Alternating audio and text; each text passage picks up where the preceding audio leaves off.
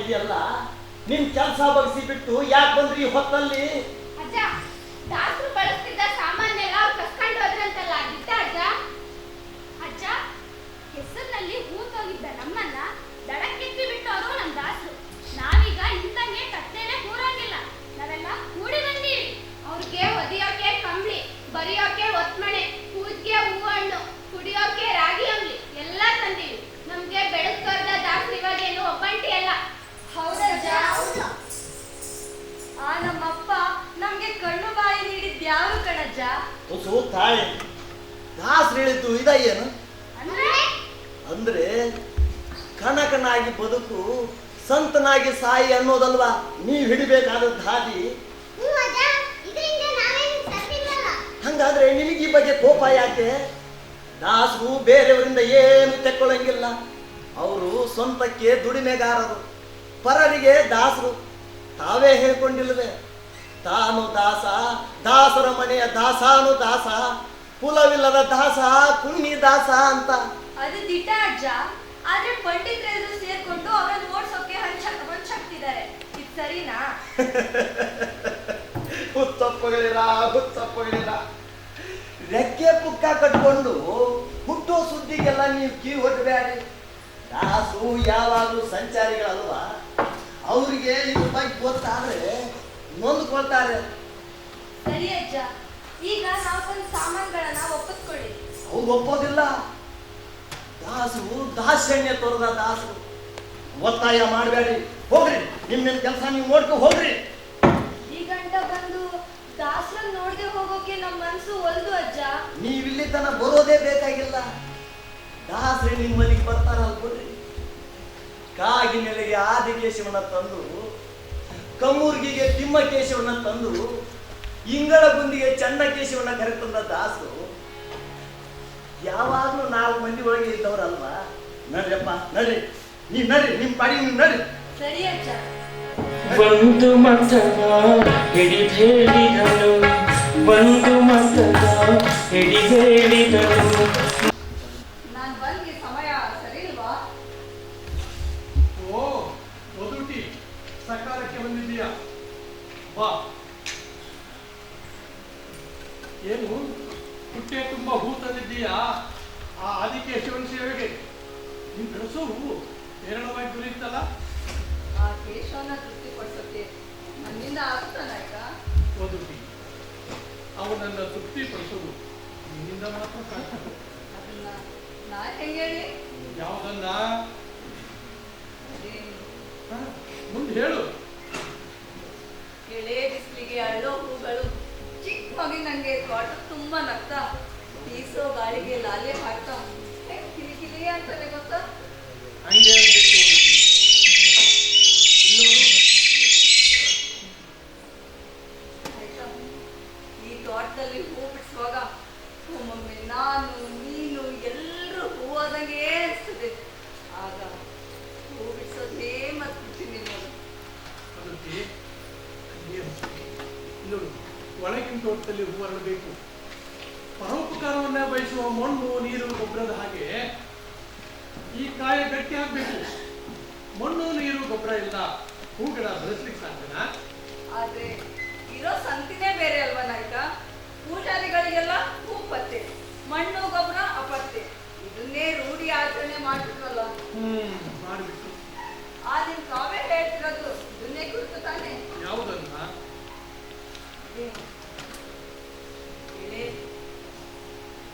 ಅದೇ ರಾಮಧಾನ್ಯ ಚರಿತ್ರೆ. ನಿಮ್ ರಾಗಿ ಹೇಳ್ತಿರೋದು ಇದನ್ನೇ ಕುರಿತು ತಾನೆ? ಅಪ್ಪ, ನಾವೆಲ್ಲ ಒಂದೇ, ನಮ್ ಬದುಕು ಬೆಳ್ಳಕ್ಕೆ ಸಾಲಾಗ್ಬೇಕು ಅನ್ನೋದನ್ನ ನಿಮ್ ಕಾವ್ಯ ಹೆಂಗ್ ಸಾರ್ತದೆ ಆಯ್ತಾ? ಒದುಟಿ, ಎಂತ ಅರ್ಥ ಕೊಟ್ಟೆ? ಅದಕ್ಕೆ ನೀನು ಕಾವ್ಯಶ್ರೀಯಾಗಿ ಕವಿ ಮನದಲ್ಲಿ ಉಳಿದಿದೆಯಾ? ನಿಜ, ನಮ್ಮ ಬದುಕು ಬೆಳ್ಳಕ್ಕೆ ಸಾಲಾಗಬೇಕು. ಆ ಬೆಳ್ಳಕ್ಕೆ ಸಾಲು ನಮ್ಮ ತೋಟದ ಮೇಲೆ ಚಿತ್ತಾರು ಬಿಟ್ಟು ತೇಲ್ತಾ ಇರಬೇಕು.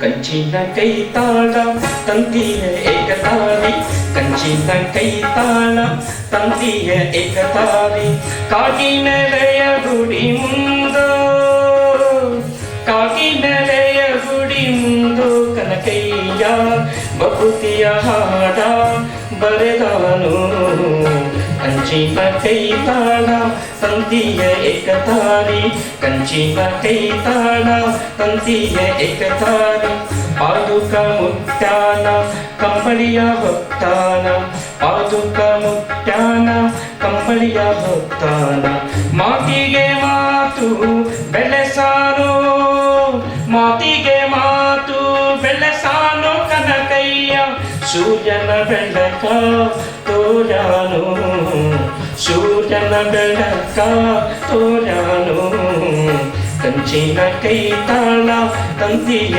ಏಕತಾರಿ ಕಂಚಿನ ಕೈತಾಳ ತಂತಿಯ ಏಕತಾರಿ ಕಾಗಿನೆಲೆಯ ಗುಡಿ ಮುಂದೋ ಕಾಗಿನೆಲೆಯ ಗುಡಿ ಮುಂದೋ ಕನಕಯ್ಯ ಭಕ್ತಿಯ ಹಾಡ ಬರೆದಾನು ಭಕ್ತಿಯ ಹಾಡ ಬರೆದಾನು ಭಕ್ತಿಯ ಹಾಡ ಬರೆದಾನು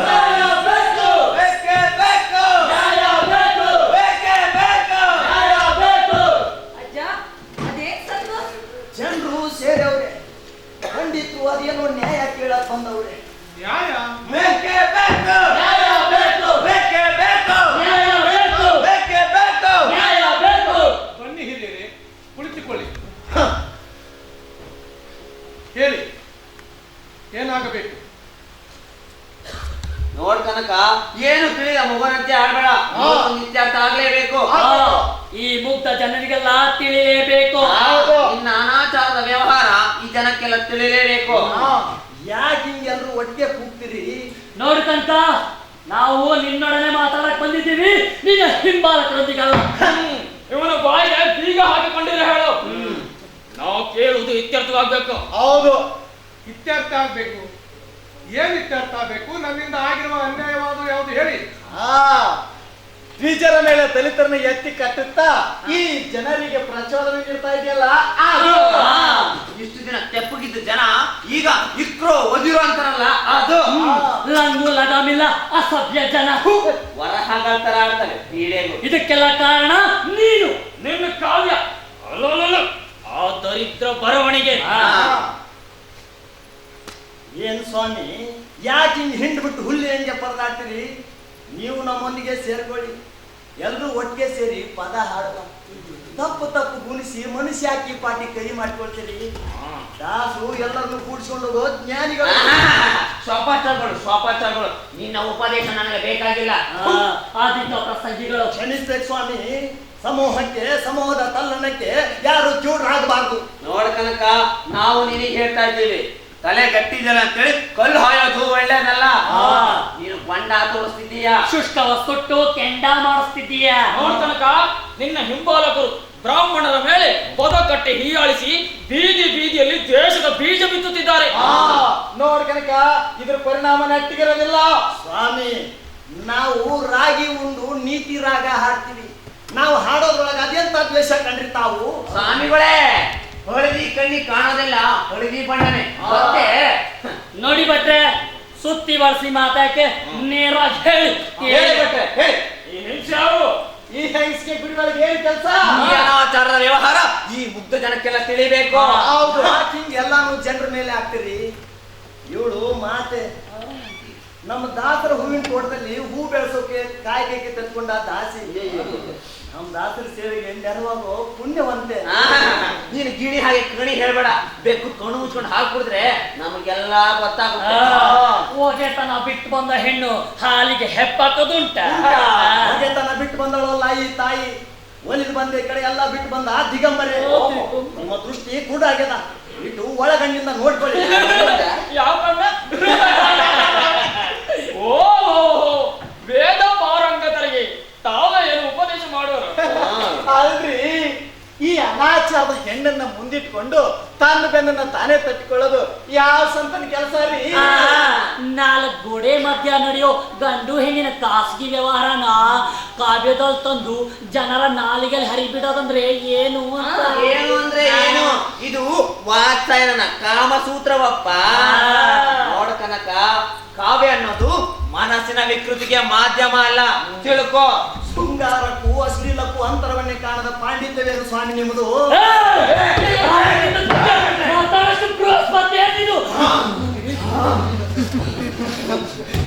ಗುಡಿ ಗೋಡೆ ಮೇಲೆ ಬೆತ್ತಲೆ ಶಿಲಾಮಾಲಿಕೆನ ಕಂಡು ಆಹಾ ಎಂತ ಶಿಲೆ ಅಂತ ಹೊಗಳೋ ನೀವು ನಮ್ ದಾಸರ ಕಾವ್ಯದಲ್ಲಿ ಅದೆಂಥ ಕಾಮ ಕಂಡ್ರಿ ತಾವು? ಓಹೋ, ತಾವೇನು ಸೌಂದರ್ಯ ಶಾಸ್ತ್ರದ ಪಾರಾಯಣ ಮಾಡಿದ್ದೀರೋ? ನೋಡ್ಕಂತ ನಾವು ನಿನ್ನಿಂದ ಮಾತ್ರ ಉತ್ತರ ಪಡಿಬೇಕು, ನಿನ್ನ ಹಿಂಬಾಲಕರಿಂದ ಅಲ್ಲ. ನಾಯಕ, ಅದ್ಯಾಕೆ ಮೌನ ವಹಿಸಿದ್ದಿ? ಅದೇನು ಅಂತ ಹೇಳ್ಬಾರ್ದ ಇವರಿಗೆ? ಓದುಟಿ, ಇಂಥ ಕಡೆ ಸೌಹಾರ್ದ ಉಂಟ. ಪ್ರತಿಷ್ಠೆಯ ಪಣಕ್ಕಿಟ್ಟು ಮಾತಿಗೆ ಅವಕಾಶದಿಂದ ಬೆಳೆದು ಬಂದ ಪರಂಪರೆ ಅಲ್ವಾ ನಮ್ದು? ಎಂತ ಮಾತಾಡ್ದೆ ಕನಕ. ಸಂಪ್ರದಾಯ ಮುರಿದು ಮೂಲೆಗೆ ಹಾಕಿ ಮೆರೆಯುವ ನಿನ್ನ ಬೆನ್ನು ನಿನಗೆ ಹೇಗೆ ಕಂಡಿತು ಕನಕ? ಬೆಕ್ಕು ಕಣ್ಣು ಮುಚ್ಚಿಕೊಂಡ ಹಾಲು ಕುಡ್ದಂಗೆ. ನೋಡು ಕನಕ, ಸಂಪ್ರದಾಯಕ್ಕೆ ಧಿಕ್ಕರಿಸೋ ನಿನ್ನೆಲ್ಲಾ ಕೆಲಸಗಳು ಇಲ್ಲಿಗೆ ಕೊನೆಯಾಗಬೇಕು. ಹಂಗೆ ಈ ಅನಾಚಾರದ ಹೆಣ್ಣು ಇನ್ನು ಮುಂದೆ ನಮ್ಮ ಗುಡಿಯೊಳಕ್ಕೆ ಕಾಲಿಡಕೂಡ್ದು. ಆ ಸಂಪ್ರದಾಯ ಅಂದ್ರೆ ಅದು ಯಾವುದು ಸ್ವಾಮಿ? ಸಂಪ್ರದಾಯ ಗೊತ್ತಿಲ್ವಾ? ಸಂಪ್ರದಾಯ ಅಂದ್ರೆ ನಮ್ಮ ಪೂರ್ವಿಕರು ಹಿಂಗೆ ಇಷ್ಟಿಷ್ಟೊತ್ತಿಗೆ ಹಿಂಗೆ ಮಾಡ್ಬೇಕು ಅಂತ ಹಾಕಿ ಕೊಟ್ಟಿರೋ ಮಾರ್ಗ. ಗಂಡು ಹೆಣ್ಣು ಮೇಲು ಕೀಳು ಅನ್ನೋದು ಭೇದ ಭಾವನೆ ಬೇಡ ಸ್ವಾಮಿ ನಮಗೆ. ಹೆಂಗಸರು ಗುಡಿ ಒಳಗೆ ಹೋಗ್ಬಾರ್ದು ಅನ್ನೋ ಸಂಪ್ರದಾಯ ನಿಮ್ದಾದ್ರೆ ಅದು ನಮಗೆ ಬೇಡವೇ ಬೇಡ. ಏನಂತೀರಪ್ಪ? ನೋಡ್ಲೆ ಕನಕ, ನಿನ್ನ ಬೋಧನೆಯ ಪರಿಣಾಮ ಹಿಂಗೆ ಆದ್ರೆ ಪರಿಸ್ಥಿತಿ ಎಲ್ಲಿಗೆ ಹೋಗುತ್ತೆ ಗೊತ್ತಾ? ನೋಡ್ ಕನಕ, ಊರೆಲ್ಲ ಸುತ್ಕೊಂಡು ಬಂದು ಮೆಟ್ಟನ್ನ ಮನೆ ಒಳಕ್ಕೆ ಯಾರೂ ಬಿಡೋದಿಲ್ಲ. ಅದು ಎಲ್ಲಿರ್ಬೇಕು, ಹೆಂಗಿರ್ಬೇಕು, ಎಷ್ಟಿರ್ಬೇಕು ಅಷ್ಟಿದ್ರನೇ ಭೂಷಣ. ಅದಕ್ಕೆ ನಮ್ಮ ಹಿರಿಯರು ಮಾಡಿರೋದು ಕುಲ ಮತ ಧರ್ಮ ಮೇಲು ಕೀಳು ಅಂತ. ಕುಲ ಕುಲ ಕುಲವೆಂದು ಒಡೆದಾಡದಿರಿ, ನಿಮ್ಮ ಕುಲದ ನೆಲೆಯನ್ನೇನಾದರೂ ಬಲ್ಲಿರ. ಕುಲ ಕುಲ ಕುಲವೆಂದು ಹೊಡೆದಾಡದಿರಿ, ನಿಮ್ಮ ಕುಲದ ನೆಲೆಯನ್ನೇನಾದರೂ ಬಲ್ಲಿರ. ಕುಲ ಕುಲ ಕುಲವೆಂದು ಹೊಡೆದಾಡದಿರಿ, ನಿಮ್ಮ ಕುಲದ ನೆಲೆಯನ್ನೇನಾದರೂ ಬಲ್ಲಿರ. ಹುಟ್ಟದ ಯೋನಿಗಳಿಲ್ಲ, ಮೆಟ್ಟದ ಭೂಮಿಗಳಿಲ್ಲ, ಅಟ್ಟು ಉಣ್ಣದ ವಸ್ತುಗಳಿಲ್ಲ. ಗುಟ್ಟು ಕಾಣಿಸಬಂತು ಹಿರಿದೇನು ಕಿರಿದೇನು, ನೆಟ್ಟನೆ ಸರ್ವಜ್ಞನ ನೆನೆ ಕಂಡೆ ಮನುಜ. ನೆಟ್ಟನೆ ಸರ್ವಜ್ಞನ ನೆನೆ ಕಂಡೆ ಮನುಜ. ಕುಲ ಕುಲ ಕುಲವೆಂದು ಹೊಡೆದಾಡದಿರಿ, ನಿಮ್ಮ ಕುಲದ ನೆಲೆಯನೇನಾದರೂ ಬಂದಿರ. ಎಂತ ಕರ್ಮ ಕುಲ ಮನೆ. ಏನ್ರಿ ಹೇಳ್ತಿದಾರೆ ಇವರು? ಕನಕದಾಸರ ನೀತಿ. ಏನು ನೀತಿ? ನಿನ್ನ ತಿಥಿ. ನಾಯಕ, ಇವ್ರು ಮನ್ಸೊಳ ಮೆತ್ಕೊಂಡಿರೋ ಕೊಳೆನೆಲ್ಲ ತೊಳೆದೇ ಹೊರತು ಇವರು ನಿನ್ ಕೆಲಸ ಪೂರ್ತಿ ಆಗೋದಿಲ್ಲ. ಈ ತೋಟದ ಕುರಿನ ಹಬ್ಲಾರ್ದಂಗ ಚೂಟ್ ಬಿಡ್ತಾರೆ ಇವ್ರು. ಇವರಿಗೆ ಆ ಕಥೆನಾದ್ರೂ ಹೇಳು, ಅದ್ರ ಮರ್ಮ ಏನಂತನಾದ್ರೂ ತಿಳಿಲಿ. ಓದುಟಿ, ಅದನ್ನ ನೀನೇ ಹೇಳು, ನೀನೇ ಸರಿ. ಮೇಲು ಕೀಳು ಹೀನ ಹಿರಿಯ ಅಂತ ಕಿತ್ತಾಡಿ ಕೊನೆಗೆ ಒಂದಾದವರ ಕತೆ. ಆಯ್ತು, ಆ ಕಥೆ ಹೇಳಿ ಪುಣ್ಯನಾದ್ರೂ ಕಟ್ಕೊಳ್ತೀನಿ. ಮಾ ಸ್ವಾಮಿಗಳೇ, ನಾವೇ ಹೇಳಿ ಹೇಳಿ. ನಿಮ್ಗೆ ರಾಘವನ ಕಥೆ ಗೊತ್ತಾ? ಏನು? ರಾಮಾಯಣ ಮಹಾಭಾರತದನ್ನ ಅರ್ಧ ಅರ್ಧ ಅರ್ಧ ಕುಡಿದ್ರ ನಮಗೆ ರಾಘವನ ಕಥೆ ಹೇಳ್ತೀಯ? ರಾಮಾಯಣದ ರಾಘವ ತಾನೆ. ಹಂಗ್ ನೋಡಿದ್ರೆ ಅದಲ್ಲ, ಅದ್ರಲ್ಲಿ ಬರೋ ಬೇರೆದೇ ಕತೆ. ಬೇರೆದೇ ಕಥೆ ಯಾವ್ದ್ರಿ? ಹಾ, ನೀನ್ ಹೇಳತಿ, ಹೇಳಿ ಹೇಳಿ ಹೇಳಿ. ಆ ಶ್ರೀರಾಮಚಂದ್ರ ಲಂಕೆಯಲ್ಲಿ ರಾವಣನ ಕೊಂದು ವಿಭೀಷಣನಿಗೆ ಪಟ್ಟ ಕಟ್ಟಿ ತನ್ನ ಸೈನಿಕರೊಂದಿಗೆ ಅಯೋಧ್ಯೆಗೆ ಮರಳುತ್ತಿರುವಾಗ ದಾರಿ ಮಧ್ಯೆ ಸಿಗುವ ಗೌತಮ ಮುನಿಗಳ ಆಶ್ರಮದಲ್ಲಿ ತಂಗುತ್ತಾನೆ. ನೀನೇನು ಕತೆ ಹೇಳ್ತಿದ್ದೀಯೋ ಅಥವಾ ಕಥಾ ಕಾಲಕ್ಷೇಪ ಮಾಡ್ತಿದ್ದೀಯೋ? ಕತೆನೇ ಹೇಳ್ತಿದ್ದೀನಿ, ಅವಸರ ಪಡ್ಬಾರ್ದು. ಸರಿ ಸರಿ. ಹೇಳಿ. ತನ್ನ ಪರಿವಾರದೊಂದಿಗೆ ಆಶ್ರಮದಲ್ಲಿ ತಂಗಿದ್ದಾಗ ವಿವಿಧ ಧಾನ್ಯಗಳಿಂದ ಮಾಡಿದ ತಿಂಡಿ ತಿನಿಸುಗಳನ್ನು ತಿಂದು ಸಂತೋಷದಿಂದ ಕುಳಿತಿರುವಾಗ ಓಹೋ, ಇದೇನು ಕನಕನ ಕಪೋಕಲ್ಪಿತ ಕಥೆಯೋ? ಸ್ವಾಮಿ ಮಧ್ಯೆ ಬಾಯಿ ಹಾಕ್ತೇನೆ, ಸುಮ್ಮನೆ ಕೇಳಿ. ಆ ಧಾನ್ಯಗಳಿಂದ ಮಾಡಿದ ತಿನಿಸುಗಳಾದ ಹಾರಕ, ಬರಗು, ಜೋಳ, ಕಾಂಬು, ಸಾಮೆ, ನವಣೆ, ರಾಗಿ, ಜೋಳ, ಭತ್ತ, ಈ ನವಧಾನ್ಯಗಳಲ್ಲಿ ಯಾವುದು ಶ್ರೇಷ್ಠ ಅಂತ ಶ್ರೀರಾಮಚಂದ್ರ ಗೌತಮ ಮುನಿಗಳನ್ನು ಕೇಳ್ತಾನೆ. ಕಥೆ ತುಂಬಾ ಚೆನ್ನಾಗಿ ಮುಂದುವರಿಸಿ ಹೇಳಿ. ಗೌತಮ ಮುನಿಗಳು ಈ ನವಧಾನ್ಯಗಳಲ್ಲಿ ರಾಗಿಯೇ ಉತ್ತಮ ಎಂದು ತಿಳಿಸಿದಾಗ ಭತ್ತಕ್ಕೆ ವಿಪರೀತ ಸಿಟ್ಟು ಬರುತ್ತೆ. ನಾನೇ ಶ್ರೇಷ್ಠ, ನಾನೇ ಶ್ರೇಷ್ಠ, ನಾನೇ ಶ್ರೇಷ್ಠ, ನಾನೇ ಶ್ರೇಷ್ಠ, ನಾನೇ ಶ್ರೇಷ್ಠ, ನಾನೇ ಶ್ರೇಷ್ಠ. ಎಲೆ ಬಂಡರಾಗಿ ಗೌತಮ ಮುನಿಗಳು ತಪ್ಪಾಡಿದ್ದಕ್ಕೆ ನೀನು ತಲೆ ತಿರುಗಬೇಡ. ಶ್ರೀರಾಮಚಂದ್ರನ ಆಸ್ಥಾನದಲ್ಲಿ ನಿಲ್ಲಲು ನಿನಗೆ ಯೋಗ್ಯತೆ ಇದೆಯೋ? ದೇವ ಜನರ ಸಾಲಿನಲ್ಲಿ ಕೂರಲು ನಿನಗೆ ಅರ್ಹತೆ ಇದೆಯೋ? ಅದ್ಯಾವುದು ಆ ಅರ್ಹತೆ ಮತ್ತ ಅದರ ಅಳತೆ ಎಷ್ಟು? ಓಹೋ, ನಿನಗೆ ಅಳತೆ ಕೋಲ್ಬೇಕು? ನೀನು ಶೂದ್ರ, ಅಜ್ಞಾನಿ, ಹಳ್ಳಿಗುಗ್ಗು, ಕನಿಷ್ಠ. ಕೇಳು, ನವಧಾನ್ಯಗಳಲ್ಲಿ ನಾನೇ ಶ್ರೇಷ್ಠ. ಲೋಕದ ಉತ್ತಮರು ನನ್ನನ್ನೇ ಆಧರಿಸೋದು. ನೀನು ಶೂದ್ರ ಅನ್ನ. ನಿನ್ನನ್ನು ಶ್ರೇಷ್ಠವಂತರು ಯಾರು ಮುಟ್ಟಿ ಮೂಸೋದಿಲ್ಲ. ಛೆ, ಏನು ಹೇಳುವೆ? ಹೇಳುವುದೇನು ಬಂತು ಕೇಳು. ನಾನು ಯಾಗ, ವೃತ, ಉಪನಯನ ಪೂಜೆಗೆ ಬೇಕಾದವನು. ನೀನು ಯಾರಿಗೆ ಬೇಕಾಗುವೆ? ಅಲ್ಲಿ ಇಲ್ಲಿ ಏನು ನೋಡುವೆ? ಇಲ್ಲಿ ನೋಡು. ನಾನಿಲ್ಲದೆ ಬ್ರಹ್ಮ ಸಮಾರಾಧನೆ ನಡೆಯುವುದಿಲ್ಲ. ದೇವಾದಿ ದೇವತೆಗಳು, ಬ್ರಾಹ್ಮಣೋತ್ತಮರು, ರಾಜ ಮಹಾರಾಜರುಗಳ ಪೂಜೆಗೆ ನಾನೇ ಬೇಕಾದವನು. 7 ದರ್ಜೆ ನಿನಗೆ ಈ ಹಿರಿಮೆ ಇದೆಯೇ? ಬರೀ ಬಡಾಯಿ ಕೊಚ್ಕೊಳ್ಳೋ ಬಂಡನಾದ ನಿನಗೆ ತಿರುಗಿ ಹೇಳಲು ನಾನು ಘನ ವಿದ್ಯೆ ಕಲಿತು ಬರಬೇಕಾಗಿಲ್ಲ. ನೀನು ಸುಳ್ಳುಗಾರ, ಕಡು ಜಡ, ಪಕ್ಷಪಾತಿ. ನಿನ್ನಲ್ಲಿ ಸತ್ಯದ ಲವಲೇಶವೂ ಇಲ್ಲ. ನಿಲ್ಲು. ಕೈಲಾಗದವನು ಮೈ ಪರಚಿಕೊಂಡಂಗೆ ಆಡ್ಬೇಡ. ನೀನು ಹುಟ್ಟುವ ಮುಂಚೆ ಕುಲ ಕೇಳಿ ಹುಟ್ಟಿದೆಯೇನು? ಕೆಟ್ಟದಾಡೋ ನೀನು ಹೇಗೆ ನೀತಿವಂತ? ನಾಲಿಗೆ ಹರಿಬೇಡ ಬಡವ. ಉತ್ತಮರು ನನಗೆ ನೀಡಿದ ಮನ್ನಣೆ ಕಂಡು ಸಹಿಸದೆ ಒದುರಾಡುತ್ತಿದ್ದಿ. ಸ್ವಂತ ಶಕ್ತಿ ಇಲ್ಲದೆ ಒದರಾಡ್ತಿರೋನು ನೀನು, ನಾನಲ್ಲ. ನಿನಗೆ ಸ್ವಂತ ಶಕ್ತಿ ಎಲ್ಲೈತೆ? ಹೆತ್ತ ಬಾಣಂತಿಯರ ತುತ್ತು ನೀನು, ರೋಗಿಗಳಿಗೆ ಪಥ್ಯ ನೀನು, ಹೆಣದ ಬಾಯಿಗೆ ಹಾಕೋ ಕಾಳು ನೀನು. ನಿನ್ನ ಪುಣ್ಯವ ಅದೇನಂತ ಹಾಡ್ಲಿ. ಹೋಗಲೇ ದುರಾತ್ಮ. ಶ್ರೇಷ್ಠತೆಯ ಕಡೆಗಣಿಸಲಾಗುತ್ತಿದೆ. ರಾಗಿಯ ಮಾತು ಹದ್ದು ಮೀರ್ತಾ ಇದೆ. ಆರ ಮಾತು ಹದ್ದು ಮೀರುತ್ತಿದೆ ಬತ್ತ. ಇದು ಸತ್ಯ ಅಲ್ವಾ? ಬರ ಹೊಡೆದು ಜನ, ಪ್ರಾಣಿ, ಪಕ್ಷಿಗಳ ಸಾಯೋವಾಗ ಈ ನಿನ್ನ ಭತ್ತ ಎಲ್ಲಿರ್ತದೆ? ಹೇಗಿರ್ತದೆ? ಯಾರ ಬಾಯಿಗೆ ತುತ್ತಾಯ್ತದೆ ಹೇಳು? ಆ ಕಾಲದಲ್ಲಿ ನಾನಾಯ್ತೀನಿ. ಶ್ರಮಜೀವಿಗಳಿಗೆ ಅಂಬಲಿಯಾಗಿ ಪ್ರಾಣ ಕೊಡ್ತೀನಿ. ಭತ್ತದ ಯೋಗ್ಯತೆ ಭತ್ತಕ್ಕೆ, ನಿನ್ನ ಯೋಗ್ಯತೆ ನಿನಗೆ. ನಿಜ ಹೇಳಿದೆ. ನನ್ನಲ್ಲಿ ಇವ ಬಡವ ಇವ ಬಲ್ಲಿದ ಅನ್ನೋ ಭೇದ ಭಾವ ಇಲ್ಲ. ನನಗೆ ಎಲ್ಲರೂ ಒಂದೇ. ನಾನು ನಿನ್ನ ಹಾಗೆ ನಿರ್ದಯ ಅಲ್ಲ, ಆತ್ಮವಂಚಕ ಅಲ್ಲ, ಕಪಟಿ ಅಲ್ಲ. ನನಗೆ ಕೊಂಬು ಕಹಳುವುದಕ್ಕೆ ಬರೋದಿಲ್ಲ. ನೀನು ನಿನ್ನ ನೆಲೆ ಮರೆತು ಮರೆತಿದ್ದೆ. ನೀನಾಡುವ ಮಾತು ನಿನ್ನ ಕುಲ ನುಡಿತದೆ ನೋಡು. ಆಹಾ, ಎಂಥ ಮಾತಾಡ್ದೆ. ಈಗಲಾದ್ರೂ ನಿನ್ ಬಾಯಲ್ಲಿ ನಿಜ ಹೊರಗೆ ಬಂತಲ್ಲ. ನಿನಗಿಂತ ಕೆಳಗಿರೋರೆಲ್ಲ ಹೀನ್ರು, ಅಸಹ್ಯರು ಅಂತ ಕಾಣೋ ನಿನ್ನ ಹಾಡಿ ಹೋಗ್ಲಿದ್ರೆ ನನ್ನ ಕುಲ ಉತ್ತಮ ಆಗುತ್ತಾ? ಛೀ, ಸ್ವಸಾಮರ್ಥ್ಯ ಇಲ್ಲದ ಹುಂಬನ ಜೊತೆ ವಾದ ಮಾಡೋದು ಗಾಳಿಗೆ ಗುದ್ದಿ ಮೈ ನೋಯಿಸ್ಕೊಂಡಂತೆ. ನೀವು ಸಜ್ಜನರು ಅಸತ್ಯ ಆಡೋ ಭತ್ತದ ಮಾತಿಗೆ ಉತ್ತರ ಕೊಡದೆ ಯಾಕೆ ಹೀಗೆ ತಲೆ ತಗ್ಗಿಸಿ ಕುಂತಿದ್ದೀರಿ? ನೀವು ಸತ್ಯದ ಪಕ್ಷಪಾತಿಗಳಲ್ವಾ? ಬಿಡಿ, ಸತ್ಯಕ್ಕೆ ಜಯ. ಅದಕ್ಕಾಗಿ ನಾನು ಕಾಯ್ತೀನಿ. ಹೀಗೆ ಈ ಭತ್ತ ರಾಗಿಗಳ ಜಗಳವನ್ನು ನೋಡಿ ಶ್ರೀರಾಮಚಂದ್ರ 6 ತಿಂಗಳ ಕಾಲ ಸೆರೆವಾಸದಲ್ಲಿ ಇಡ್ತಾನೆ. ಆಮೇಲೆ ಅವನು ಹೊರ ತೆಗೆದು ಪರೀಕ್ಷಿಸಿದಾಗ ಭತ್ತ ಕೆಟ್ಟು ಮುಬ್ಬು ಹಿಡಿದು ವಾಸನೆ ಪಡಿತಿತ್ತು. ಆದರೆ ರಾಗಿ ಗಟ್ಟಿಮುಟ್ಟಾಗಿ ಹಂಗೇ ಇತ್ತು.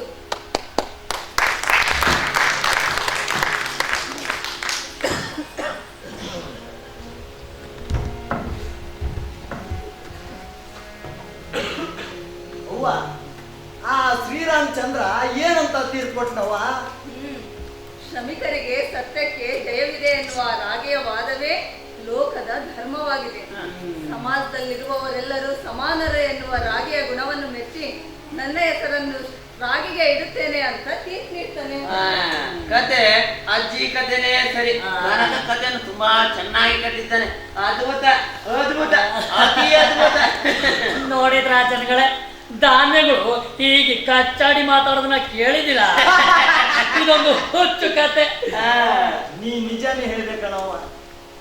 ರಾಗಿ ಏನ್ ನೀತಿ ಹೇಳ್ತದೆ ಅನ್ನೋದನ್ನ ದಾಸರ ಕಾವ್ಯದಲ್ಲಿರೋದನ್ನೆಲ್ಲ ನಮ್ಮ ಕಣ್ಣಿಗೆ ಕಂಡಂಗೆ ಹೇಳಿ ನೀನು ಅಂತಿಂತ ಹೆಂಗಸಲ್ಲ, ಮಹಾತಾಯಿ, ತಪಸ್ವಿ.